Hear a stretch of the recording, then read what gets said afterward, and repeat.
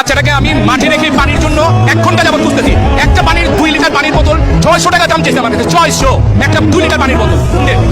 এই ভিডিও দেখার পর আমার মনে হচ্ছে আমি একটি ভুল রাষ্ট্রে জন্মগ্রহণ করছি। কালকের এই ভয়াবহ দুর্ঘটনার ভিতরেও আপনারা কিভাবে এই সিন্ডিকেট গুলো চালিয়ে গেছেন? ভাই, মানুষ মারা যাচ্ছে, মানুষের শরীর অঙ্গ প্রত্যঙ্গ চলে গেছে। এই বাবা তার ছেলেরে মাঠে রাইখা পানির জন্য সে 2 ঘন্টা করছে। 2 ঘন্টা করেও সে একটা পানি পাইছে, 2 লিটার পানি তার কাছে 500 টাকা চাইছে। এই ঘটনা তো শুধু আজকে থেকে না ভাই, এর আগেও আমাদের বাংলাদেশে বিশাল একটা দুর্যোগ হয়েছে। আপনারা জানেন, বন্যা হয়েছিল। বন্যার সময় একটা মোমবাতির দাম রাখছে 100 টাকা 80 টাকা, যেখানে কিনা 10 টাকা ওইটার দাম। এই বাঙাল কি কখনো চেঞ্জ হবে না? আমি আজকে লজ্জিত, কারণ আমার মনে হচ্ছে আমি একটা ভুল রাষ্ট্রে জন্মগ্রহণ করছি। আমরা বড় বড় দুর্যোগগুলোতে এই ঘটনাগুলো আমরা প্রায় দেখে থাকি। এটা তো আমরা এখন অভ্যস্ত হয়ে গেছি। কালকে দেখলাম একটা বাচ্চা নিয়ে দৌড়াদৌড়ি করতেছে, কেউ এগিয়ে আসতেছে না।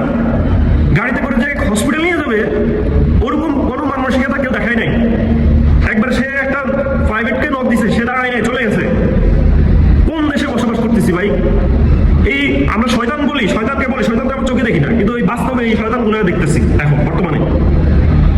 জানি না এই বাঙালিরা কখনো চেঞ্জ হবে কিনা।